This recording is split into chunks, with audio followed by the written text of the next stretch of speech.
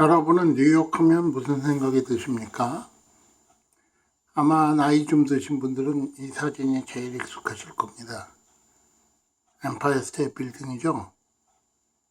뉴욕 하면 세계에서 가장 높은 빌딩, 그래가지고 이 이름을 외웠던 그런 기억이 있는 분들도 있을 겁니다. 사실 엠파이어 스테이트 빌딩이 가장 오랜 기간 동안 세계에서 가장 높은 빌딩이라는 명예를 갖고 있었던 빌딩이죠. 그런가 하면 아마 세계에서 가장 많은 고층 빌딩들이 모여 있는 곳, 이런 생각이 드시는 분들도 있을 겁니다. 또 뉴욕하면 뭐니 해도 화려한 네온 사인이 빛나는 브로드웨이죠. 또 어떤 분들은 아마 자유의 신상에 올라갔던 기억이나 가셨던 기억도 있을 겁니다. 그리고 그곳에서 바라본 로우 맨하탄, 아름다운 경치가 생각나는 분들도 있을 겁니다. 또 뉴욕하면 센트럴파크이죠. 세계에서 가장 큰 도심공원이죠. 그리고 저기 나무 하나까지 다 미리 계획을 하고 만들고 심고 호수를 파고 다 한 곳이라 아주 잘 가꾸어져 있고 잘 관리되는 곳으로 세계 그 도시공원 공부하시는 분들은 항상 이것을 기준으로 삼고 있죠. 물론 브로드웨이에서 본 브로드웨이 쇼들이 생각나시는 분들도 있을 겁니다. 그렇지만 이게 뉴욕의 다일까요? 이 장면은 어떠십니까? 뉴욕에 있는 공장의 모습인데, 이거는 정확하게는 쓰레기 처리장인데, 뉴욕은 종합도시로서의 모든 것을 다 갖추고 있습니다. 그냥 큰 대도시에 없는 것들도 뉴욕엔 다 있는데, 대표적인 게 공동묘지죠. 뉴욕에는 수십 개의 공동묘지가 있는데, 대규모 공동묘지들은 보통 보로마다 두세 개씩 갖고 있습니다. 그래갖고 뉴욕에서 죽은 분들은 뉴욕에 묻히는 걸 원하기 때문에 그런 시설을 다 가지고 있고, 또 공동묘지 안에 화장장이라든가 납골당 이런 것도 요새는 같이 가지고 있죠. 이 사진에 나온 곳은 퀸즈에 있는 공동묘지인데 이 안에 묘지가 200기가 있다 그럽니다. 200만 기가 있다 그럽니다. 200기가 아니라.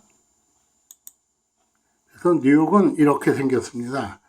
뉴욕에는 3개의 공항이 있는데 한국에서 올 땐 JFK 에어포트를 들어오죠. 그 다음에 조그만 국내선 공항하고 가까운 곳에 가는 라가디아 공항. 그 다음에 여긴 뉴욕은 아닙니다.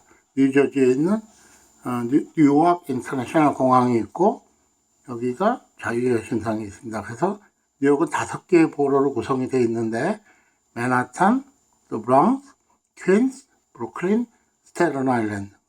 잘 보시면 스테튼 아일랜드는 사실 뉴저지와 훨씬 더 가깝습니다.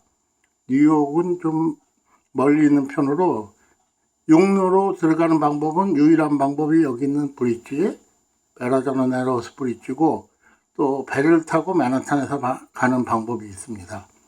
그래서 이렇게 5개의 보로, 그러니까 쉽게 말해서 강남, 강북, 강동, 강서, 그 다음에 중앙지역 이런 식으로 구성되어 있다고 생각하면 아주 쉽죠. 그래서 서울식으로 따지면 한 5, 6개의 구가 합쳐져서 하나의 보로가 되는 겁니다. 그래서 더 이걸 심플한 그림으로 보면 Five boroughs of New York City는 이렇게 구성이 되어 있습니다.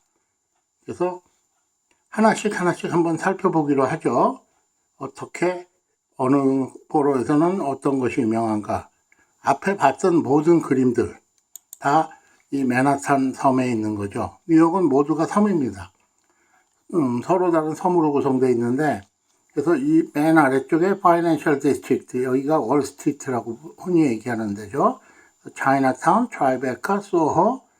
소호는 요새 이름이 유명해졌고, 한국에도 소호라는 이름이 있고, 어느 나라에 가든지 다 있는데, 소호는 사우스 오브 하우스톤 스트리트입니다. 이게 요 길 이름이 하우스톤 스트리트거든요. 그래서 사우스에 있다.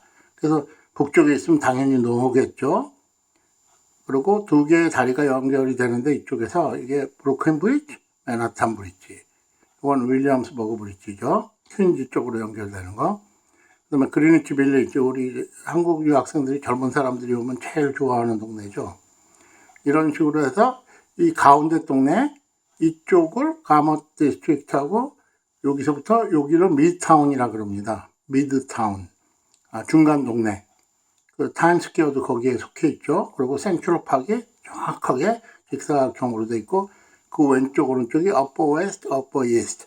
여기가 이제 뉴욕의 부자들이 사는 동네입니다. 이쪽에는 사실 젊은 사람들이 좋아하는 동네고요. 그래서 거기서 올라가면 할렘이 됩니다. 옛날에 할렘은 아주 무서운 곳이었는데 지금은 할렘 부동산 개발이 돼서 아주 무서운 부동산 값을 가진 곳이 되었죠. 그래서 이게 로우 맨하탄을 바라보는 경치고, 요게 지금 새로 생긴 프리덤 타워. 프리덤 타워는 옛날 트윈 타워 빌딩이 무너진 다음에 그 자리에 새로 세운 타워로 현재 미국에서 가장 높은 빌딩이다 이렇게 돼 있는데, 시카고 사람들은 그런 타일을 싫어하죠. 왜? 요 안테나 부분을 빼면 사실은 시카고에 있는 구시어스 타워 빌딩이 더 높은 빌딩이다 이렇게 생각하기 때문에. 그래서 예전에는 이 안에서 자유의 신상 안에서 걸어 올라가서 여기 그 왕관 끝까지 갈 수 있었습니다. 요새는 특별한 때만 갈 수 있고, 그다음에 미리 예약을 해야 되고 아주 복잡한데, 여기 있는 빌딩들은 전부 다 증권거래소에서 일하는 그 사무실 빌딩들입니다. 그래서 로우 맨하탄을 위에서 보면 대충 이런 모양인데, 여기 이제 배가 떠나는 자리들이 쭉 있고요. 그래서 섬입니다. 그리고 맨하탄 그럼 무엇보다 이 코리아타운, 코리아웨이가 생각나죠.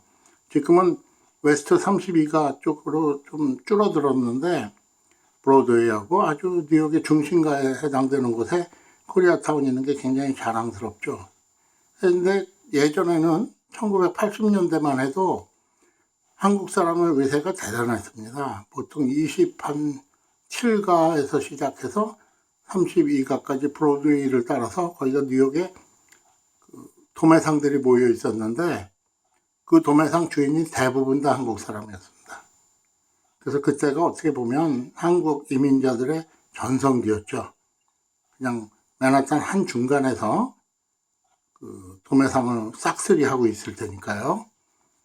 근데 하나 둘 이제 인도계 뭐 중국계 이런 사람들한테 밀리면서 지금은 거의 찾아보기가 힘들어졌습니다. 자, 그러면 두 번째로 맨하탄은 그 정도 하고 더 브롱스, 여기에 대해서 생각해 보겠습니다.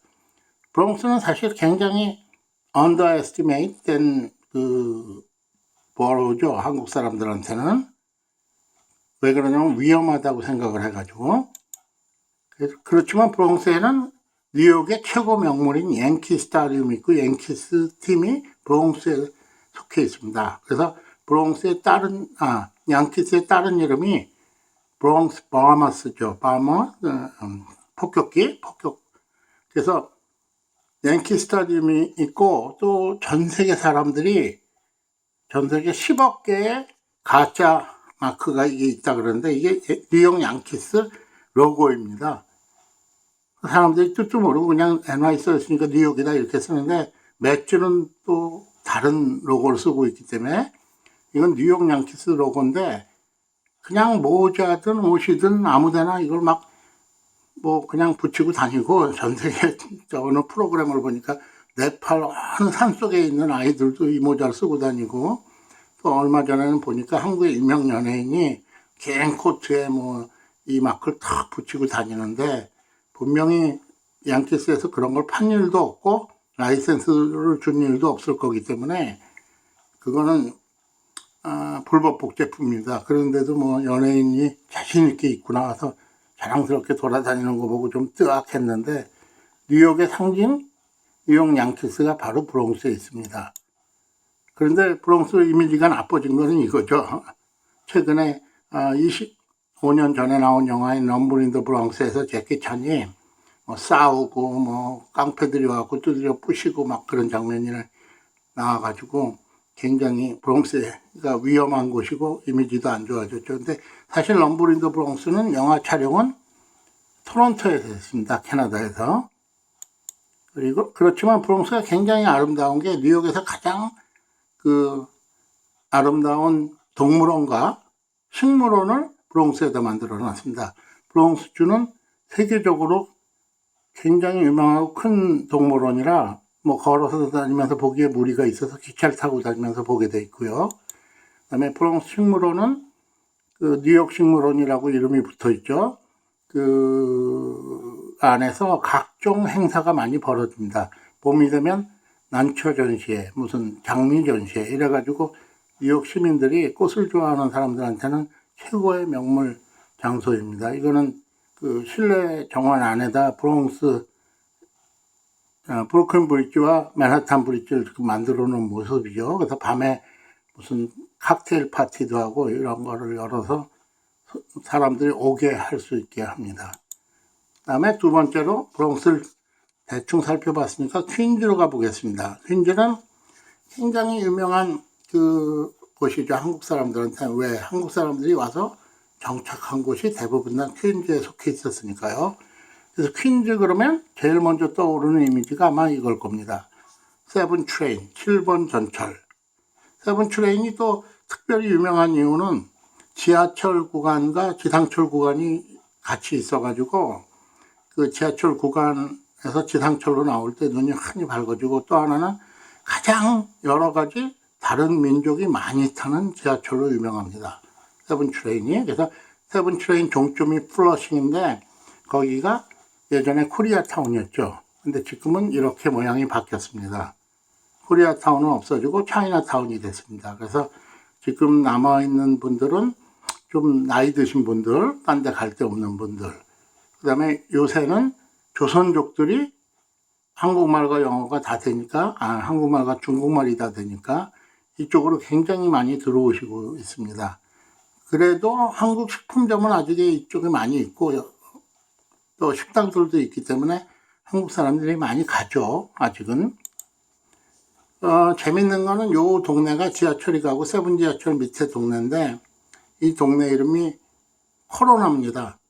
그래서 그런지 요번에 그 신종 바이러스 거기에 가장 큰 타격을 입은 동네가 바로 이곳입니다. 여기가 인도 사람들, 히스패닉 뭐 다 섞여 사는 동네인데, 그리고 예전에 한국 사람들이 추석 대잔치를 했던 곳, 한국의 전국 노래자랑 오면 여기서 했는데 여기가 이름이 플러싱 메도랜 코로나 파크입니다. 그래서 그 굉장히 유명한 그 1930년대 세계 무역 박람회를 했던 공원인데, 요 지구본 보이시죠? 그 다음에 뒤에 보면은 그것은 그 공중에 있는 레스토랑이었는데 요새는 사용하지 않는데, 그 농담 삼아 하는 얘기가 영화 맨 인 블랙에서 그 이게 외계인 공격으로 부셔져 갖고 바닥에 떨어져서 그 다음부터는 레스토랑으로 사용을 안 한다, 뭐 이런 농담도 하긴 하는데 굉장히 아름다운 공원입니다. 바로 옆에가 플러싱이고요. 한국 사람들한테 익숙한 곳인데 요새는 좀 가기가 힘들어졌죠. 그리고 이제 브루클린으로 갈 텐데 한 가지 의문사항이 생깁니다. 왜 이 동네는 이름이 퀸즈인가? 왜 퀸즈겠어요? 왜 퀸즈냐면 킹이 있기 때문에 퀸즈입니다. 브루클린의 그 카운티 이름이 킹스 카운티입니다. 그래서 원래가 여기가 뉴욕의 오리지널이고 그 다음에 맨하탄으로 갔고 그 다음에 이제 새로 만들면서 이 이름을 뭐로 붙일까 하다가 바로 옆에 퀸이니까 퀸으로 하자 그래서 여긴 퀸이 된 겁니다. 브루클린은 요새 아주 핫한 동네죠. 브루클린 하면 예전에 그 이 브루클린 브릿지가 생기기 전에 사실 뉴욕시티는 브루클린이었습니다. 그래서 이 브루클린 브릿지가 생기면서 땅값이 싼 맨하탄으로 경제력을 뺏기긴 했지만 브루클린 브릿지가 명물이고, 브루클린 브릿지를 짓다가 하도 많은 중국인들이 떨어져 죽어서 그 앞에 동네에 차이나타운을 줬다는 그런 얘기가 있죠.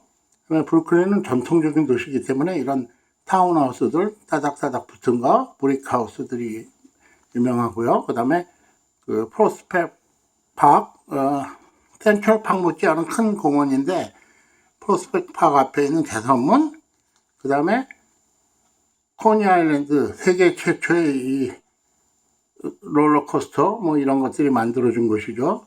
바로 앞에가 비치고 코니 아일랜드, 그 다음에 뉴욕 그 연방 대법원 이런 것들이 유명합니다. 그래서 브루클린은 좀 전통적인 곳이죠. 근데 좀 못 사는 사람들이 몰려들면서 한때 또 굉장히 악명을 떨치기도 했는데 요즘은 예술가들이 몰려들면서 맨하탄 부동산 값이 너무 비싸졌으니까요. 아주 핫해진 동네입니다. 그래서 브루클린 그러면 역시 첫 번째 생각나는 거는 브루클린 브릿지 파크에서 바라보는 맨하탄 야경이죠. 그래서 뉴욕에 오는 사람들이면 누구든지 이 브루클린 브릿지를 한번 걸어서 건너서 요 아래에 있는 유명한 등대 모양의 아이스크림 집에서 밥을 먹거나 아니면 가리발디 피자 스토어에서 피자를 사 먹거나 하는 게 아주 하나의 전통이죠. 그래서 또 브루클린에는 그 아까 브롱스에 동물원과 식물원이 있었다면 여기는 그 아쿠아리움이 있습니다. 그래서 아쿠아리움에는 요새는 지금 공사 중으로 알고 있는데 아쿠아리움은 그 수족관에 있는 것들, 그 다음에 과거에는 여기서 뭐 돌고래 쇼도 하고 그랬는데 그런 건 다 금지됐죠. 이제는 이런 것들이 있고 브루클린은 구석구석 볼 것도 많고 매력적인 보러 중에 하나입니다. 그 브루클린에서 또 하나 특별한 거는 지금 이 두 명의 야구 선수들을 보면 가슴을 잘 보십시오. 다저스는 알겠는데 브루클린 다저스 모자도 B자가 써있죠. 왜 그러냐면 원래 다저스는 브루클린 팀이었습니다. 미국에서 서부는 개발이 안 된 곳이고 또 크게 매력적이지도 않아서 이런 프로페셔널 운동팀들이 없었는데 뉴욕에는 브루클린 다저스, 그 다음에 또 자이언트도 있었고 양키스도 있었고 막 그래가지고 사실은 이 메이저리그라는 게 미국 동부에서만 하던 운동이었는데 이 브루클린 다저스가 제 기억으로는 1958년일 겁니다. 그때 LA로 팔려가죠. 그래서 그 다음부터는 LA 다저스가 돼가지고 뭐 우리 유현진 선수도 거기서 뛰고 그랬는데 원래는 브루클린 다저스입니다. 그래서 다저스를 도로 데리고 오자 이런 운동도 있죠. 브루클린에는. 지금은 브루클린에 그 뉴저지 넷츠를 데리고 와가지고 브루클린 넷츠 농구팀이 됐죠. 프로페셔널 리그로는 그거가 유일합니다. 그 다음에 마지막으로 한 바퀴 돌았으니까 여기 스태튼 아일랜드, 아까 처음에 말씀드렸다시피 뉴저지에 더 가까운 곳이죠. 육로로 가는 방법은 여기서 건너가는 베라저너 네러우스 브릿지가 유일하고 회로로는 맨하탄에서 스태튼 아일랜드 페리 보트가 다닙니다. 이거는 뉴욕에 오는 사람들이라면 다 한 번씩 탑니다. 이유가 뭐냐? 공짜니까요. 그 다음에 이 페리보트를 타면 바로 자유여신상 앞으로 지나가거든요. 그러니까 자유여신상을 요새 가려면 뭐 미리 인터넷으로 신청하고 뭐 가격도 비싸고 그런데 이건 공짜니까 타고 가면서 사진을 찍고 또 다시 타고 건너오면서 다시 사진을 찍고 그렇게 하면 충분히 훌륭한 사진이 나오니까요. 그리고 또 시간도 아낄 수 있고 그래서 요새는 가면은 이 배가 빠글빠글해요. 아주 그 관광단 사람들이 한꺼번에 몰려와가지고 다 이 배를 타는 바람에 관광사 입장에서는 좋은 방법이죠. 돈은 안 들고 뭐 갔다 오면 한 2시간 시간 때우고 또 손님들한테 자유여신상 보여줬다 이런 것도 남고요. 그래서 이 보트가 바로 그 섬에 가는 보트입니다. 그리고 이 다리가 그 유일한 육로인 베라저너 네로우스 브릿지인데 보시면 여기 큰 배들이 있죠. 왜? 여기가 대서양입니다. 바로 이쪽이 브루클린인데 여기가 베이리지라는 동네인데요.